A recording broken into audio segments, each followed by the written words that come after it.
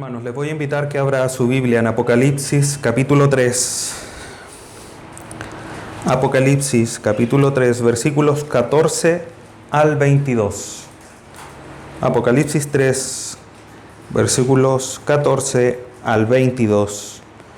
Vamos a estar revisando el mensaje a la Odisea y la enseñanza se titula La Odisea, arrepiéntete de tu tibieza.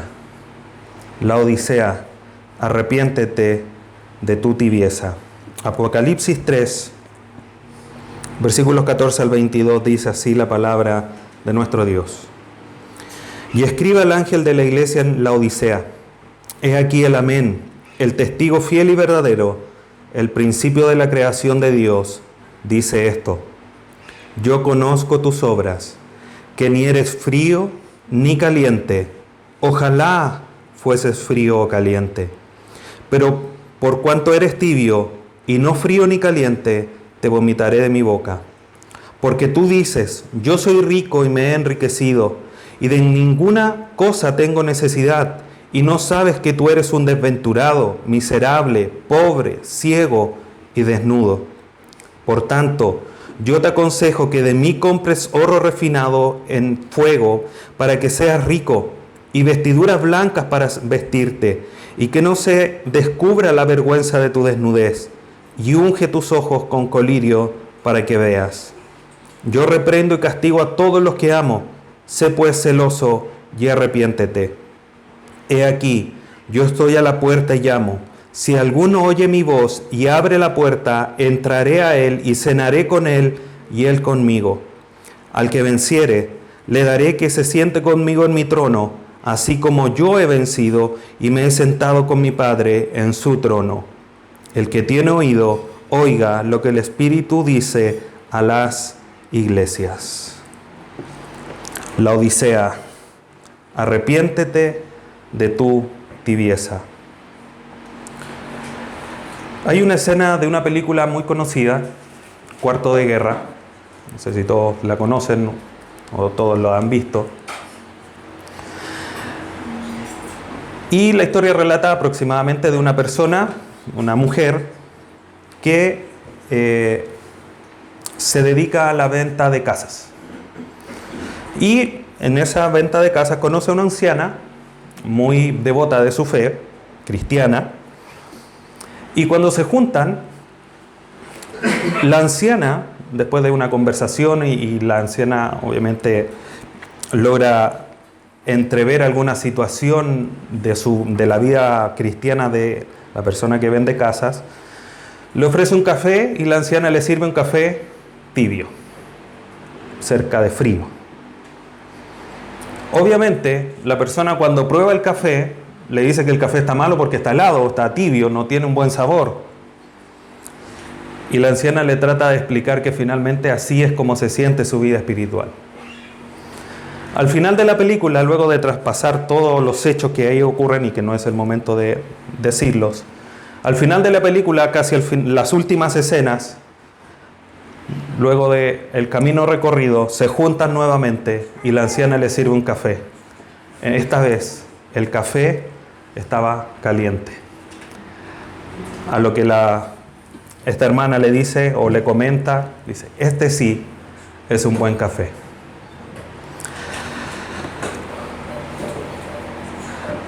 Un par de preguntas, hermanos, para ir meditando y introduciéndonos a lo que hoy día nos habla el Señor. ¿Alguna vez te ha servido un vaso de agua tibia cuando hace mucho calor? Muy agradable, ¿no es cierto? ¿O te ha servido un vaso de té helado con hielo en pleno invierno? Yo creo que a lo mejor eso quizás es un poco más normal. Todos podríamos tomar un vaso de jugo en el invierno porque no es nada malo. Pero pensando que finalmente uno toma un té caliente para poder pasar el frío, un té helado con hielo no surge el efecto que uno quisiese.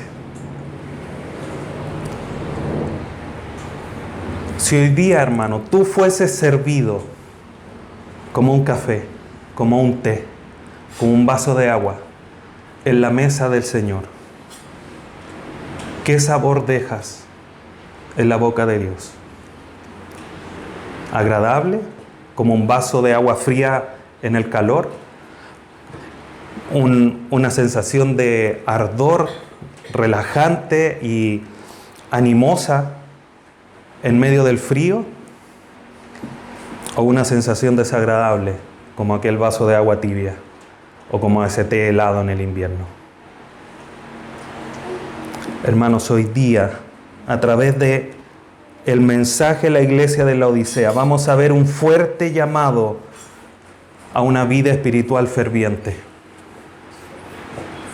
Y eso es lo que nosotros debemos de escuchar en esta mañana. El mensaje de la carta a la Odisea, el Señor Jesús le dice a Juan: escriba al ángel de la iglesia en la Odisea. Ya sabemos, como lo hemos mencionado, el ángel es aquel que tiene autoridad en la iglesia, es el pastor, el liderazgo de la iglesia.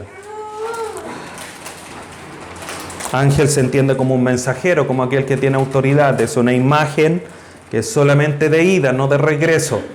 Como lo mencionamos en su momento, y hago un pequeño recordatorio de eso. El que aquí se mencione que el ángel de la iglesia se entienda como los pastores no quiere decir que el pastor de la iglesia sea un ángel. Ya, eso es una ilustración. Y Jesús le dice a Juan que le escriba el liderazgo de la iglesia, y la iglesia, como casi todas las anteriores, no tenemos mucha más información de la historia de la iglesia, de cómo fue formada. Tenemos solamente la información de este mensaje que Jesucristo le manda a través de Juan. Pero se cree, como en todas las anteriores, y lo he venido mencionando, que esta iglesia fue el resultado, obviamente, del ministerio de Pablo en la ciudad de Éfeso. Ahora, la iglesia propiamente tal no fue fundada por Pablo. Porque si vamos nosotros a Colosenses capítulo 2, vemos que Pablo, cuando le escribe a la iglesia en Colosas, les menciona, les dice, en el capítulo 2, versículo 1, porque quiero que sepáis cuán gran lucha sostengo por vosotros y por los que están en la Odisea y por todos los que nunca han visto mi rostro. O sea, la iglesia ya estaba en la Odisea, por los que están ahí, por todos los demás que no he podido ver. Entonces Pablo no fundó la iglesia, sí puede ser el resultado de alguien que fue a nombre de Pablo en su ministerio. Y lo vemos también en la carta a los Colosenses, en el capítulo 4, versículo 17. Se cree que Arquipo fue uno de los fundadores de la iglesia, porque la historia nos relata que Arquipo fue uno de los obispos de la ciudad, y al final de la carta a los Colosenses le dice: decida a Arquipo, o sea, díganle a Arquipo, mira que cumplas el ministerio que recibiste en el Señor. Entonces, hermanos, se cree, obviamente a través de estos datos históricos y de lo que la Escritura dice, que fue Arquipo uno de los fundadores al menos de la iglesia en la Odisea. Pero más allá de esa información no tenemos. Ahora, con respecto a la ciudad, esta es la última ciudad que se encontraba en esta ruta en la cual iban a ser entregadas las cartas. Era la que se encontraba más al sudeste, y desde Éfeso estaba a unos 160 kilómetros. Y de Filadelfia, que era la ciudad más cercana, a unos 60 kilómetros. Estaba ubicada en una meseta sobre los montes, por lo que lo hacía prácticamente invulnerable esta ciudad. Su único punto débil era las aguas. Esta ciudad se caracterizaba porque tenía que traer a través de muchos kilómetros, o varios al menos, el agua desde unos manantiales que estaban cerca, pero cerca a varios kilómetros. Y este acueducto con los que se conocían, que eran carreteras de agua a través de canales pequeños, que incluso se ponían pilares para poder hacerle la pendiente y llegar a la ciudad, estos acueductos eran fácilmente bloqueables o se desviaban con facilidad. Entonces en cualquier momento alguien quería atacarle a la ciudad, atacaba el acueducto y la ciudad se quedaba sin agua, con todas las dificultades que eso significa y que nosotros obviamente sabemos al día de hoy. Y esto es un punto importante que va a salir más adelante durante la carta, que el Señor toma entre comillas, punto débil de la ciudad para enfrentar y confrontar a la iglesia. La ciudad fue fundada por un gobernante Seleucido. A los que han estudiado panorama del Antiguo Testamento les suena los Seleucidos. Antíoco II, quien le dio el nombre a esta ciudad de su primera esposa. Por eso se llama la Odisea. Eso fue aproximadamente en el 253 a.C. Se cree que fue obviamente antes de divorciarse, porque obviamente después se separaron, cuenta la historia, y se entiende que quedó el nombre de la ciudad antes que se divorciaran, no le llaman el nombre de su esposa divorciada. Es como el dato anecdótico de la ciudad. La mayoría de la población que había en esta ciudad era siria, musulmana, pero había un importante grupo de judíos en este lugar. Si bien la ciudad era siria, durante el Imperio Romano, donde fue conquistado todo el territorio, la ciudad empezó a prosperar. Y al estar ubicada esta ciudad, a pesar de que estaba sobre un monte, estaba ubicada en la unión de dos grandes carreteras. Carreteras, convengamos, que no son como las actuales, con 3 carriles de autos, con letreros y nada, sino que eran caminos que tenían una importancia vital en el comercio, porque conectaban con el valle, pero también iban hacia las regiones más orientales. Por lo tanto, la hacía una importante ciudad comercial, la ciudad de la Odisea. Además de eso, era un importante centro bancario. La historia relata que uno de los gobernadores de Roma cambió unos, entre comillas, cheques en los bancos de la ciudad. Por lo tanto, no era solamente que se generara un intercambio económico, sino que también la actividad bancaria era importante. Y llegó a ser una ciudad tan rica, con tanto dinero, que un terremoto en el 60 después de Cristo la destruyó. Y como lo vimos anteriormente, todas las ciudades que eran destruidas o conquistadas tenía que llegar el emperador en Roma con dinero, con todo para poder reconstruirla. La ciudad de la Odisea tenía tanto dinero que no necesitó que nadie la ayudara, se levantó sola con los dineros que ella tenía. A ese nivel de dinero tenía esta ciudad de riquezas. Ella misma pagó con sus fondos su reconstrucción. Además de eso, tengamos esto en cuenta, tenía el tema del agua. Era una ciudad muy adinerada. Además de eso, era una ciudad que era muy conocida por la lana negra y suave, que era muy cotizada tanto para hacer vestidos como para hacer alfombras. O sea, tenemos 3 grandes distintivos de esta ciudad, y lo hago porque va a ser mencionado más adelante. Una ciudad que tiene temas con el agua, por decirlo de una forma. Una ciudad muy rica, con muchos tesoros. Se caracterizaba por la producción de lana para los vestidos. Y por último, como cuarto tema muy importante, es que era un importante centro medicinal o centro de medicina. Tenía la facultad de medicina más importante de la época y que estaba asociada al templo del dios Menkaure. Era un dios musulmán. Y en esta facultad, en esa época, hermanos, se desarrolló un importante colirio, unas gotas para los ojos.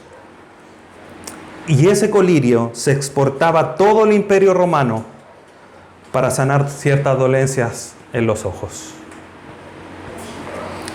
Otro dato muy importante que quiero que lo tengan ahí en mente. A esta ciudad o a la iglesia que está en esta ciudad, mejor dicho, se dirige el Señor. El Señor de la iglesia, el que se pasea por en medio de los candeleros de oro.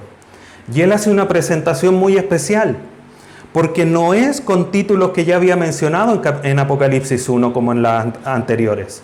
Ocupa 3 títulos que son utilizados solamente en esta ocasión, en esta carta y de manera muy particular. Y el Señor les dice, he aquí el amén, el testigo fiel y verdadero y el principio de la creación de Dios. Primero, el amén. Es un título que solamente las Escrituras se adjudica aquí el Señor mismo. Aquí el amén. Amén proviene de una palabra hebrea que significa verdad, es una confirmación, una certeza. Entonces, cuando Cristo utiliza este título, está queriendo simbolizar o está queriendo referirse a que es algo firme, estable, inmutable, porque es la verdad. Dicho de otra manera, Él está diciendo, yo estoy aquí, el Dios verdadero, el Dios encarnado, en quien está el cumplimiento de las promesas, el verdadero, el que es firme, el que es estable, el que no cambia. Aquí está. Aquí estoy yo delante de ustedes. Yo soy el que les está escribiendo, el verdadero. Pero además se presenta como el testigo fiel y verdadero. Y el énfasis aquí es similar a lo anterior, pero tiene un punto de vista distinto. Lo anterior, cuando él dice el amén, se refiere a las obras. O sea, lo que yo hago, las promesas, son verdaderas de cosas que yo digo y que voy a hacer. Cuando habla del testigo fiel, hace alusión a lo que él dice con sus palabras, son verdad, son fieles, son verdaderas. Porque es el testigo. ¿Qué hacen los testigos en los juicios? Van a declarar sus palabras, lo que ellos vieron, lo que ellos presenciaron, y sus palabras se entienden que son verdaderas. En el caso del Señor, Él es el testigo fiel y verdadero, alguien completamente digno de confianza y que lo que dice es completamente fidedigno, porque es fiel y verdadero. Y finalmente se presenta como el principio de la creación. Principio, del griego arché, es primera causa o origen de.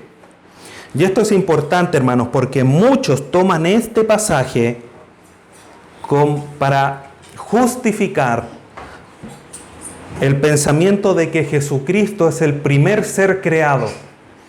Y eso bíblicamente no tiene ningún sustento, y por eso hago la aclaración con esta palabra en el griego, porque aquí lo que quiere decir es que Cristo es la primera causa, es el origen de toda la creación, es el motor de la creación. Y negamos categóricamente de que Cristo sea el primer creado, sino que en Cristo se crearon todas las demás cosas. Juan 1:3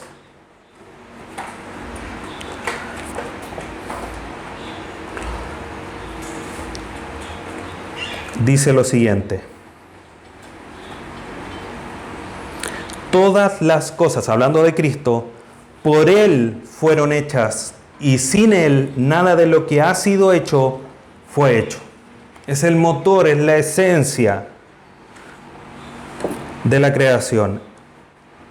Hebreos 1:2 dice: en estos postreros días nos ha hablado por el Hijo, a quien constituyó heredero de todo y por quien asimismo hizo el universo.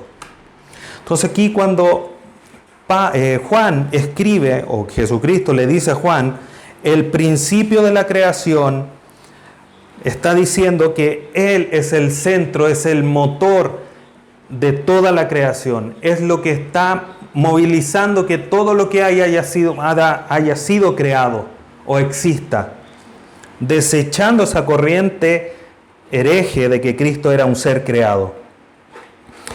En esa época, aquellos que creían que Jesucristo era el primer ser creado, decían y manifestaban que ellos tenían un conocimiento espiritual secreto y que los hacía mucho más altos que los simples. Como que tenían un nivel espiritual más alto. Entonces, además de negar esa corriente hereje, este título echa por tierra cualquier soberbia egocéntrica. Porque Cristo es el que está al centro de toda la creación, no es el hombre, es Cristo. Y eso es algo que la iglesia en la Odisea tenía que tener presente. Hermanos, luego de presentar, de decir a qué iglesia le escribe, a la ciudad, de presentarse el Señor, a todas las demás iglesias el Señor les presenta elogios, aunque sea muy mínimo, pero había elogios.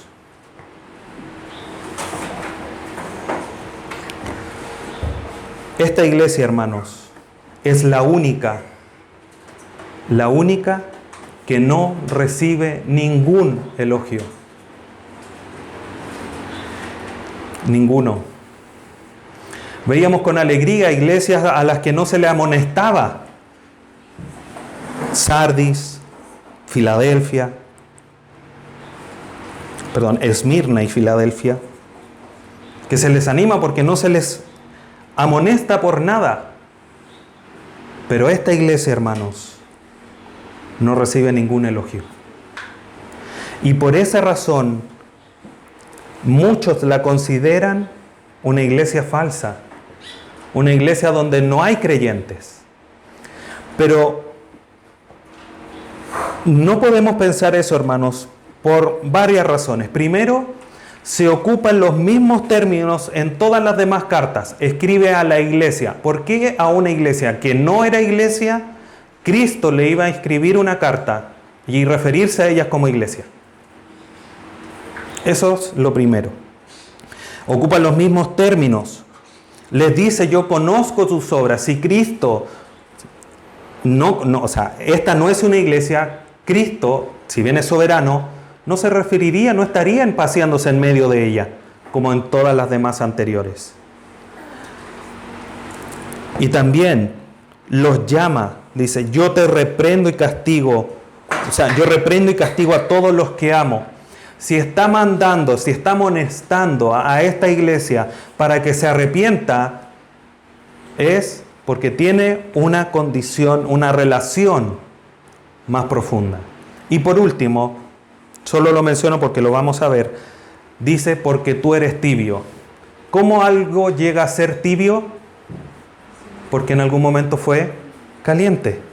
Por lo tanto, en algún momento esta iglesia tuvo una condición espiritual que al Señor le agradó. Se enfriaron en el camino.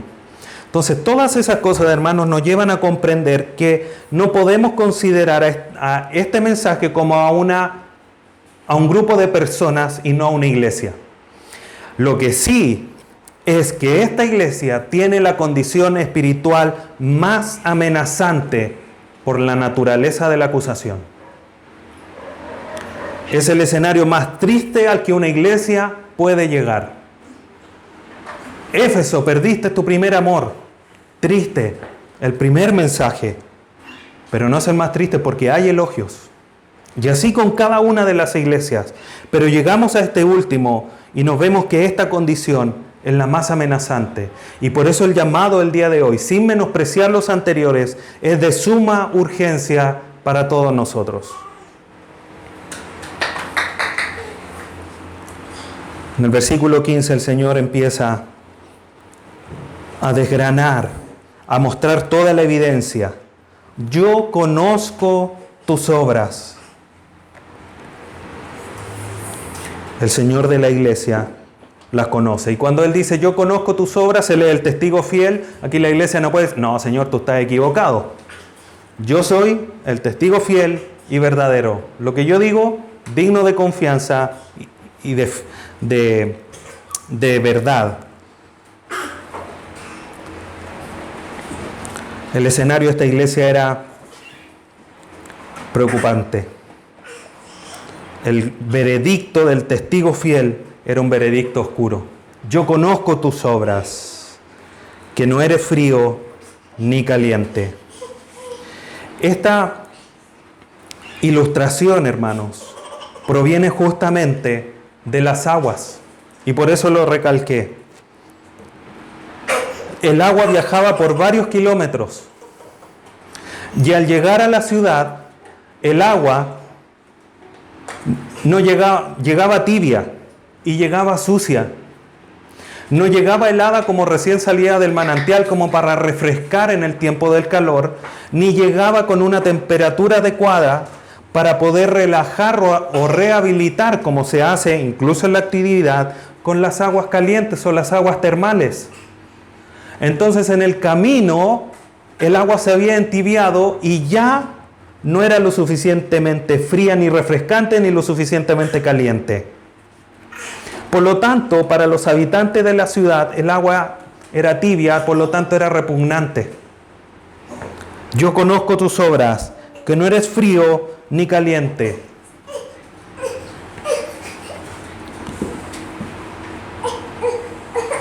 La palabra griega que se tradujo por frío, porque hago esta aclaración, hermanos, cuando se habla de frío es alguien muerto, algo de muerte espiritual. Pero aquí la palabra que se usó es no estás completamente frío. A esa alusión hace algo que está helado pero no está congelado, por decirlo de otra manera, para ejemplificar mejor. Alguien completamente frío como que lo llevaba a considerar su necesidad. Pero tampoco eran calientes. O sea, es decir, no estaban hirviendo. No eran fervorosos creyentes al servicio de Dios. Y Cristo les reprocha esto, que no eres frío ni caliente. Ojalá el deseo del Señor de la iglesia es que fueran fríos o calientes. Aquí Jesucristo no está diciendo ojalá fuesen fríos en el sentido de que estuvieran muertos espiritualmente. No es ese el deseo de Dios, de Cristo. Cristo les está diciendo ojalá fuesen fríos, que llegaran al punto de reconocer su necesidad espiritual. Ojalá fueses frío, ojalá te dieses cuenta de la condición en la que tú estás, en lo que tú necesitas. Ojalá fueses caliente, aquel siervo fervoroso que demanda una vida de servicio a Dios, que se entrega al servicio de Dios. Ojalá fueses frío o caliente.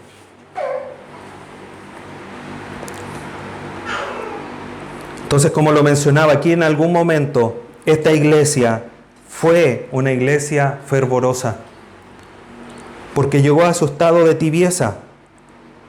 Y Dios deseaba que ojalá estuviese en alguno de estos extremos. Porque cuando alguien reconoce sus necesidades espirituales, Dios está presto para ayudarlo. ¿Para qué decir aquellos que están en una vida fervorosa espiritual, con una comunión profunda con el Señor? Pero no estaban en ninguno de los dos extremos. Estaban en el punto donde no había ni una relación con el Señor de la iglesia. Y así ellos lo manifiestan. Tibios. Una condición espiritual de desagrado a los ojos de Dios. Como cuando se toma un vaso de agua tibia en un día de calor. Como cuando se toma un vaso de té helado en un día de frío. Vivían una vida de apatía, de indiferencia, sin manifestar ni pasión ni necesidad por las cosas espirituales. Caminaban porque había que caminar. Asistían porque había que asistir. Escuchaban porque era lo que había que hacer, porque es lo que llevaban años haciendo. Pero la vida espiritual tibia, hermanos, no sirve. Es de un uso ineficiente, al igual que el agua tibia.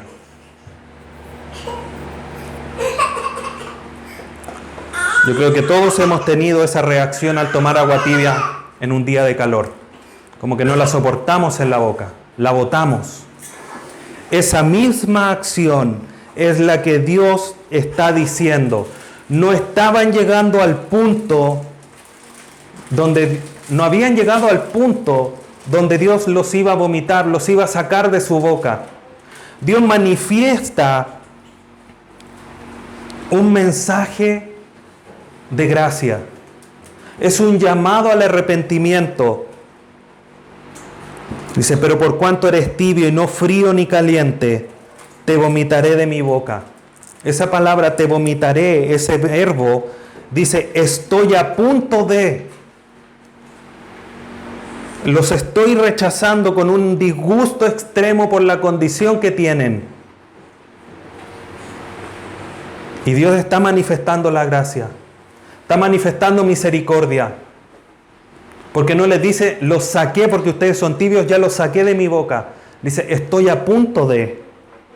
Es un llamado de gracia al arrepentimiento para que se salga de la tibieza espiritual. Hermanos, este llamado, a pesar de ser para la iglesia en la Odisea, también es para hoy día nosotros. ¿Cómo está tu vida? ¿Está a punto de convertirse en un cubito de hielo? ¿O está hirviendo como la tetera puesta en el fuego? ¿O estás tibio?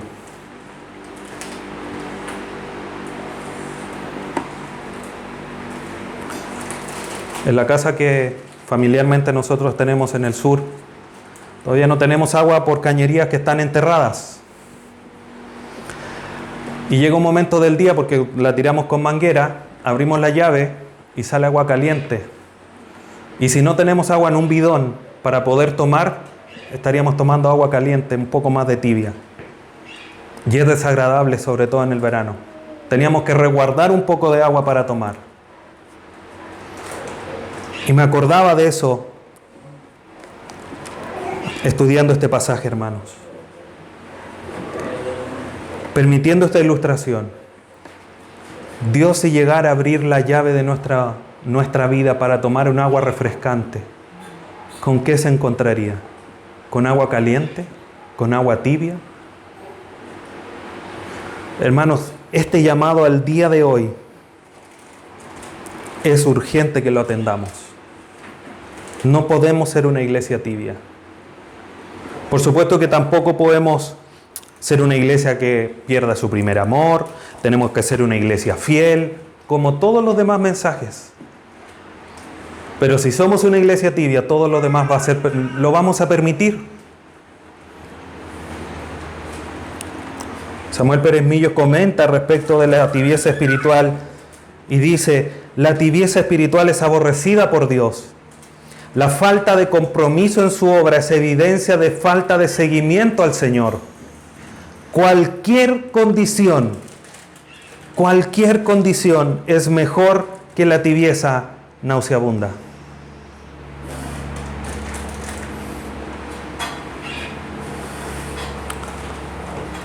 ¿Por qué habían llegado a esta instancia, hermanos? ¿Qué los llevó a esta iglesia a llegar a ser tibios espirituales? Versículo 17. Porque tú dices, ahí está la razón, por cuanto tú eres tibio, te vomitaré. Porque tú dices, yo soy rico y me he enriquecido y de ninguna cosa tengo necesidad, y no sabes que tú eres un desventurado, miserable, pobre, ciego y desnudo. La tibieza de esta iglesia estaba en base a su autoestima y autoconsideración. Somos ricos, no tenemos necesidad de nada. De hecho, nos hemos enriquecido por nuestro trabajo, nuestro propio esfuerzo. Y como somos ricos y nos hemos enriquecido por nuestro propio esfuerzo, no porque nos haya llegado un premio, sino porque yo lo he logrado, no tengo necesidad de nada. Recordamos la historia de Nabucodonosor, que un día salió a su terraza, miró a la ciudad y dijo: esta es la gran Babilonia que yo he construido con el poder de mis manos. Soberbia, autojustificación, autoestima muy elevada, una autoconsideración desmedida. Entonces esta iglesia, al igual que Nabucodonosor, estaban plenamente confiados en sus capacidades y sus méritos. Y recordamos las palabras a la iglesia en Filadelfia.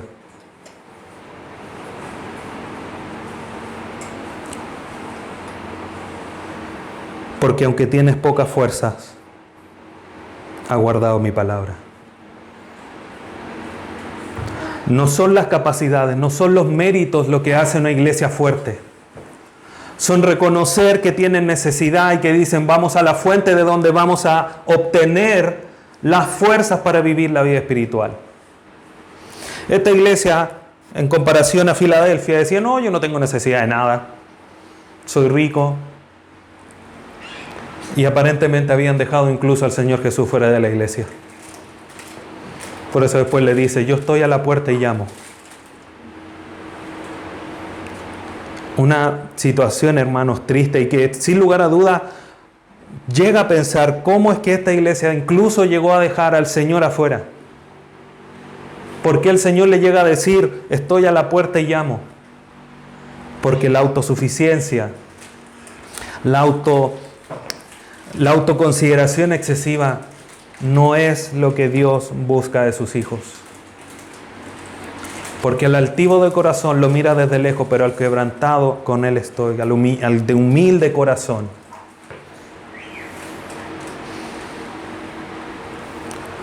Entonces, frente a estas declaraciones que la iglesia decía, yo soy rico, me he enriquecido, no tengo necesidad de nada, el testigo fiel le dice, pero ustedes no saben. Ustedes dicen que son ricos, que no tienen necesidad de nada, pero no saben que finalmente el testigo fiel, su veredicto es que la iglesia está en una ruina espiritual. Y no sabes que tú eres desventurado, miserable, pobre, ciego y desnudo. ¿Qué decía la iglesia? Todo lo contrario. Tenemos una gran aventura, somos ricos, tenemos todo, tenemos el colirio que exportamos a todo el imperio, tenemos esta ciudad que nos viste con esta lana muy especial, tenemos riqueza, se cae la ciudad, la levantamos nosotros mismos, no tenemos necesidad de nadie. Pero el Señor le dice, tú eres un desventurado, tú tienes una condición que es la más mala de todas. Eres un miserable, alguien que cuando se te mira llama a la piedad. Como cuando nosotros pasamos por la calle y vemos a alguien en situación, viviendo en la calle y decimos, pobre. Se nos anima el corazón a ayudar a esas personas por la condición en la que uno los ve. Desventurado, miserable, eres pobre, estás en una bancarrota.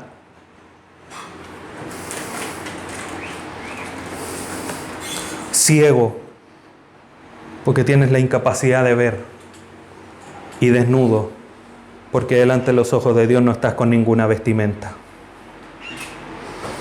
Entonces, de una manera certera, fiel, verdadera, el Señor de la iglesia, el que es el origen de todo, el centro de la creación, le dicen que no tienen nada, porque incluso no tenían al Señor.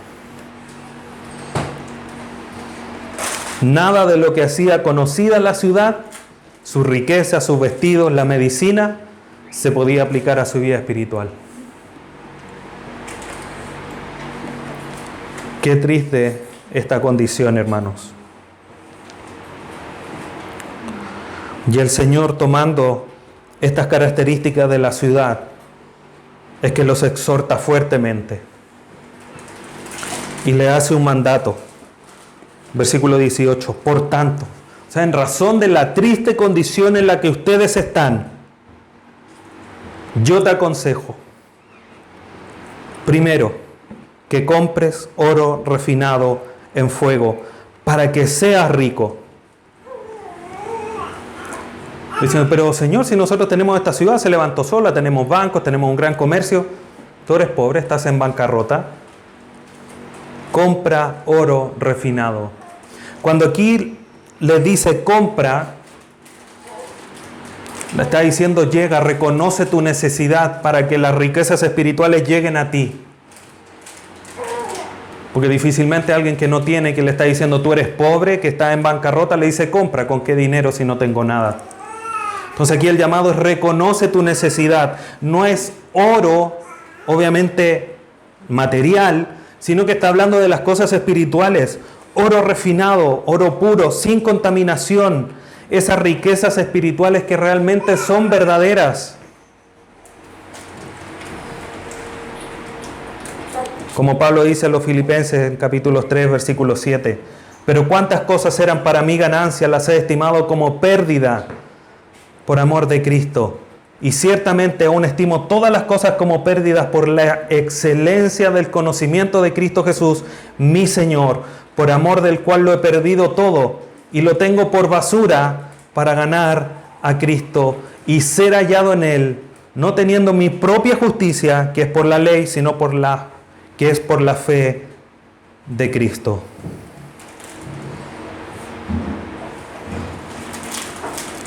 Como el Señor Jesús dice en Mateo capítulo 6, no hagáis tesoros en la tierra, donde la polilla y el orín corrompen, y donde ladrones minan ni hurtan, sino haceos tesoros en el cielo, donde ni la polilla ni el orín corrompen, y donde ladrones minan ni hurtan, porque donde esté vuestro tesoro, allí también vuestro corazón. Las riquezas espirituales, hermanos, están a la mano de quien se reconoce, de quien dice que es un necesitado espiritual. Y están de una manera gratuita. Como dice Efesios capítulo 1. Bendito sea el Dios y Padre de nuestro Señor Jesucristo, que nos bendijo con toda bendición espiritual en el Señor Jesús. ¿Y eso por qué? ¿Porque las compramos? ¿Porque entregamos algo?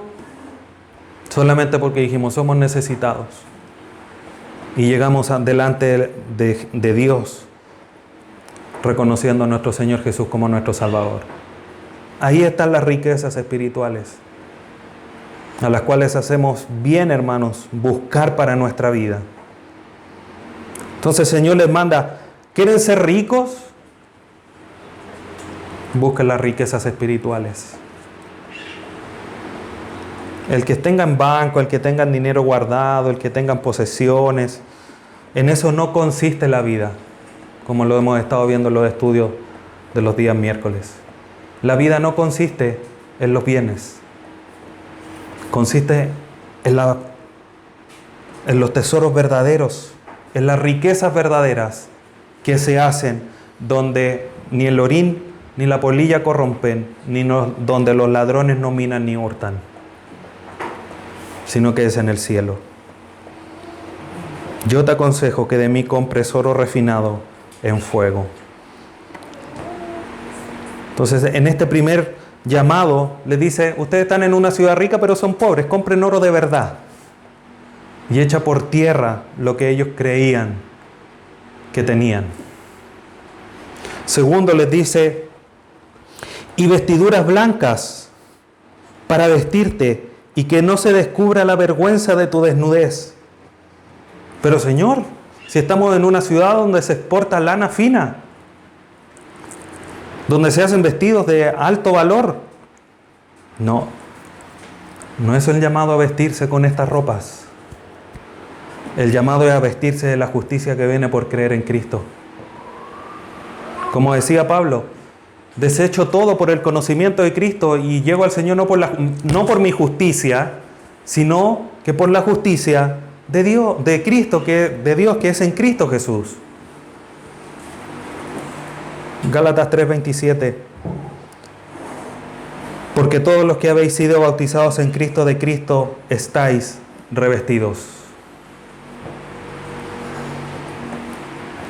Entonces, hermanos, nosotros debemos de dejar la vestimenta antigua y vestirnos del nuevo hombre. Mensaje que estudiamos, Efesios capítulo 4, 22, dice, en cuanto a la pasada manera de vivir, despojados del viejo hombre, que está viciado conforme a los deseos engañosos. Deseos engañosos. ¿Cómo estaba la iglesia en la Odisea? Engañada. Somos ricos, no hemos enriquecido. 23, y renovaos en el espíritu de vuestra mente, y vestíos del nuevo hombre, creado según Dios, en la justicia y santidad de la verdad. Entonces Cristo, el Señor de la iglesia, le dice, deja de vestirte con esos harapos físicos y vístete de manera espiritual, viviendo la vida cristiana que tienes que vivir.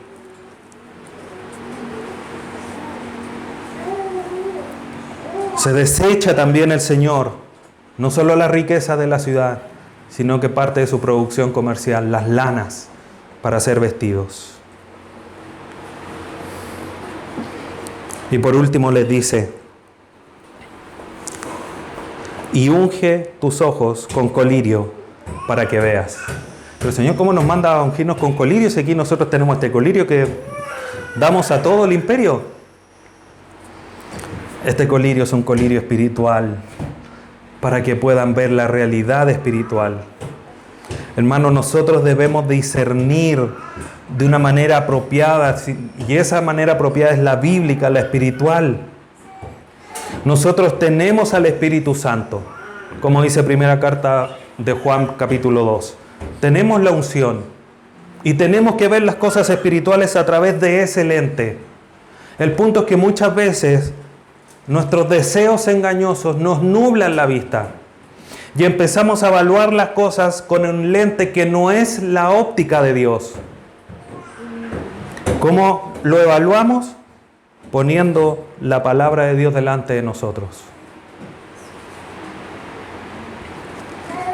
¿A quién no le ha pasado muchas veces en su propia ventana, en la casa de alguien, durante la noche, una sombra que parece alguien? Y uno se asusta. ¿Qué es lo que hace? Prende la luz, ya sea con el celular, la del velador, la pieza, y desaparece la sombra. Pues no era nada. Estamos evaluando de una perspectiva equivocada. ¿Qué es lo que dice la palabra? Salmo 119, versículo 105. Lámpara es a mis pies tu palabra y lumbrera a mi camino. Si queremos evaluar las cosas realmente como son, tenemos que poner la luz de la palabra de Dios delante de nosotros. Y vamos a poder evaluar las cosas y ver las cosas como son, manteniendo nuestros ojos con ese colirio espiritual, para no llegar y decir somos ricos, sino que decir si algo tenemos es porque Dios nos lo ha dado. Reconociendo quién realmente está en el centro de la creación, que es Cristo, y no nosotros.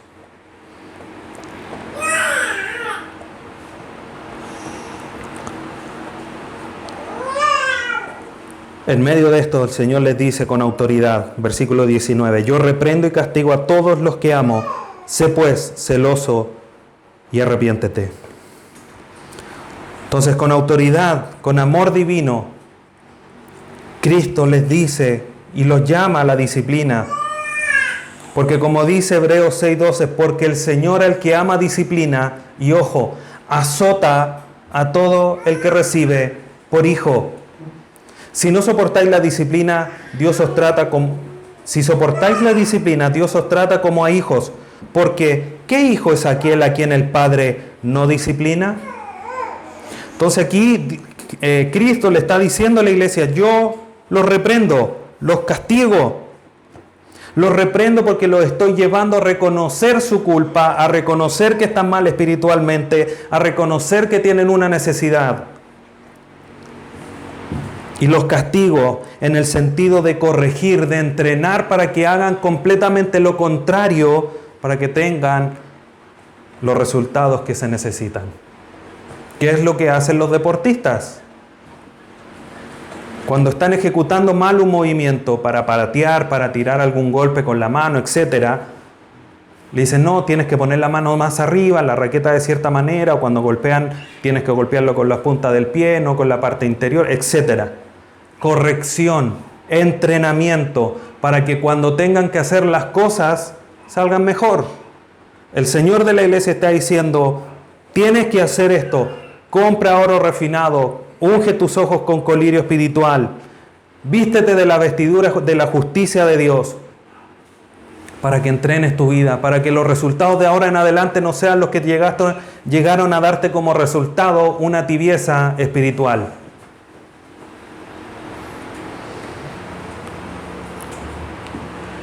Te reprendo, te castigo, porque lo hace con todos los que Él ama, porque son sus hijos.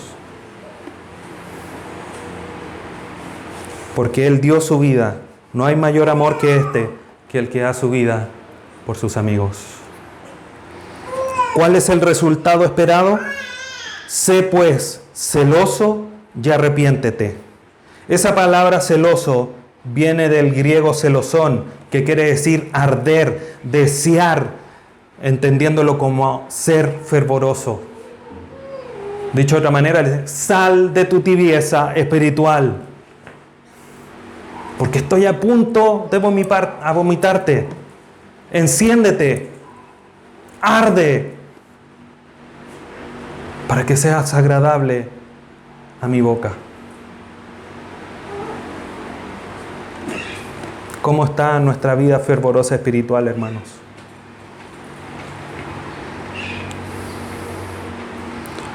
Sé celoso y arrepiéntete. Esta palabra arrepentirse quiere decir cambia toda tu manera de pensar en 180 grados. Empieza a vivir la vida como corresponde, según los mandatos de Dios.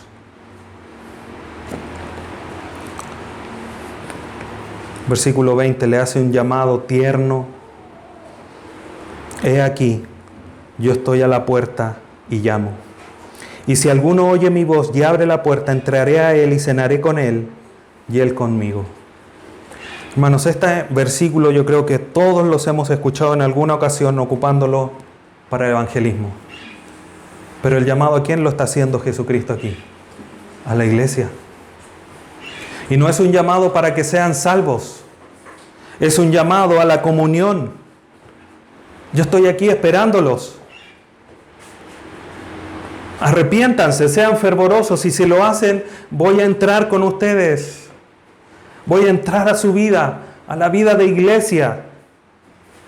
Y voy a estar en comunión con la iglesia.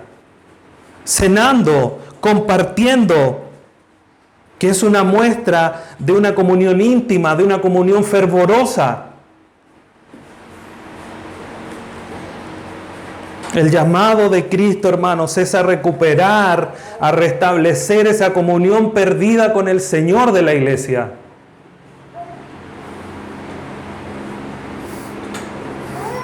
Si alguno oye mi voz, si alguno entiende que tiene que ser celoso, que tiene que arrepentirse, que tiene que comprar oro refinado, que tiene que vestirse de vestiduras blancas, que tiene que ungir sus ojos, entraré, cenaré con él y él conmigo.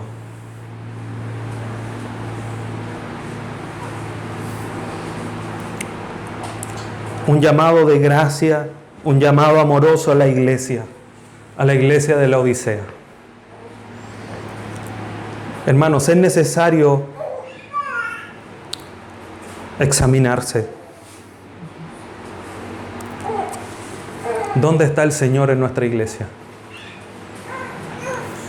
Y lo pregunto y le entrego la responsabilidad a ustedes de evaluarse, porque cada uno es necesario, cada uno aquí es parte de la iglesia.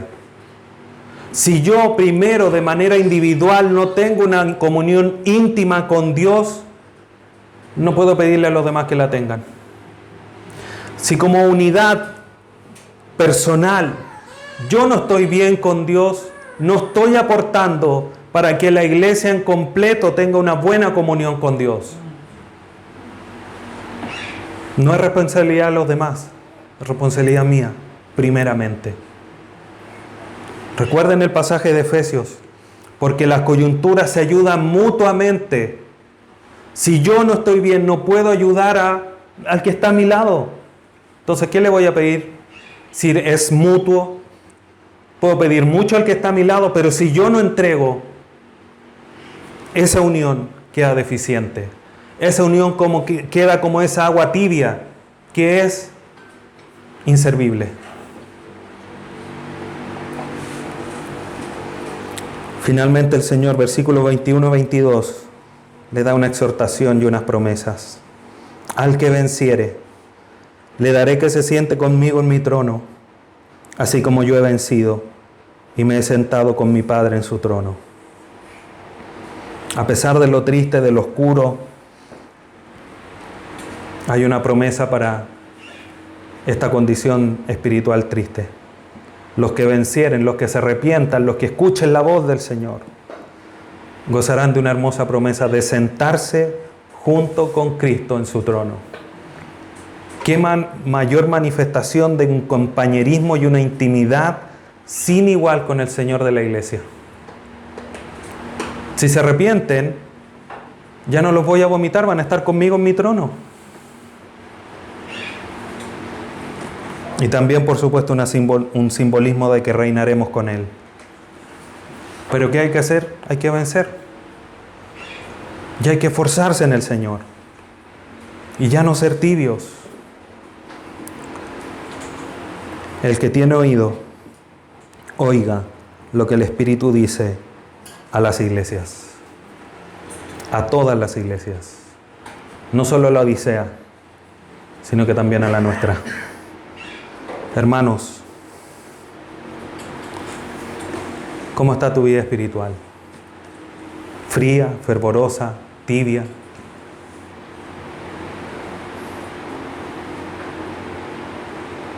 ¿Cuánto de tus deseos, tus anhelos te hacen tener una vida espiritual más ardiente?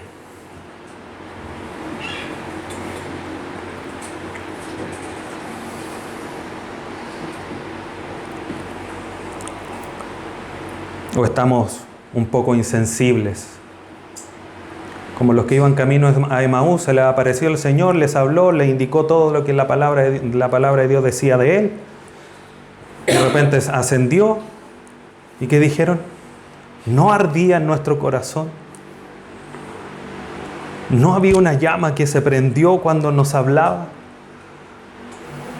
Pero el Señor ya había partido. Ya había ascendido. No se dieron cuenta cuando estaba al lado. Hermanos, que eso no nos suceda. Hoy día el Señor de la iglesia, quien dio la vida por ti, completa, no de manera tibia, no a regañadientes, sino que llegó a la cruz por ti. Hoy día te dice, sé fervoroso, que tu vida espiritual arda por mí. No seas tibio, sé ardiente. Como decía Juan el Bautista, es necesario que yo mengüe para que Cristo crezca. Que nos consumamos, hermanos. Consumámonos por el Señor.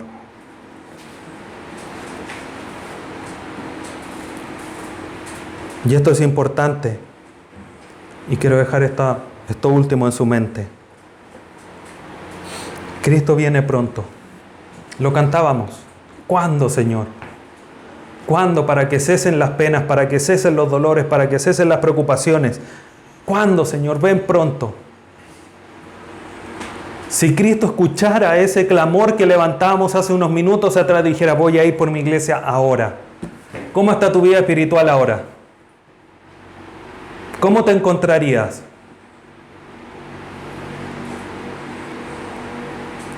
Pero el considerar su venida es un punto, porque lo otro también tiene que ver con qué posición ocupa Cristo en tu vida. Porque si tú no ardes por Cristo, es porque Cristo no está en el centro de tu vida. Porque muchas veces arde más nuestra vida por otras cosas que por el Señor. Nos movilizan otras cosas más que el Señor. Y eso quiere decir que Cristo no ocupa el lugar central en nuestra vida.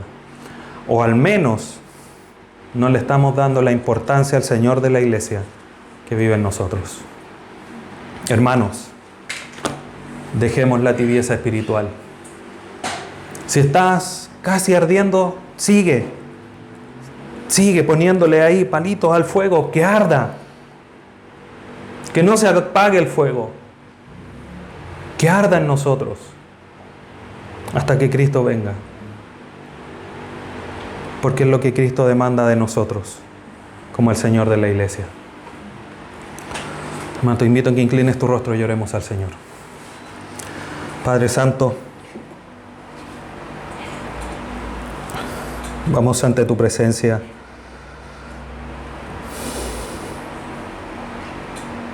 Creo que debemos de llegar como congregación arrepentidos. Porque cuánto de lo que hacemos, Dios amado, es por costumbre. Es porque es lo que nos han enseñado. Es lo que hago comúnmente. Y no por esa pasión, por ese deseo de cantarte, por ese deseo de escuchar tu voz, por esa pasión de abrazar a mis hermanos por la cual tú también diste a tu Hijo Jesús. Dios amado, perdónanos. Abre nuestros ojos para ver las maravillas de tu ley, para ver nuestra real condición día tras día y buscarte de una manera fervorosa.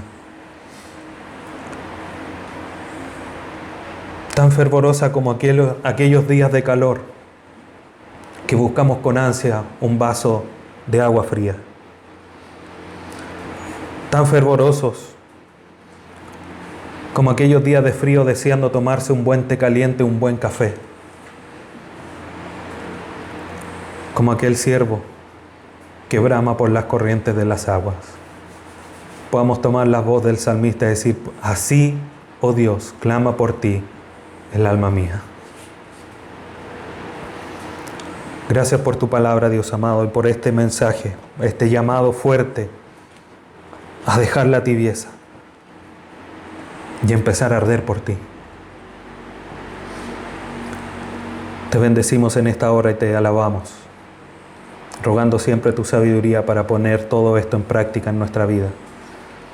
Y que esto no quede guardado solamente como un conocimiento intelectual, sino que transforme nuestra vida y sea, Dios amado, una llama que arda para la alabanza de la gloria de tu nombre.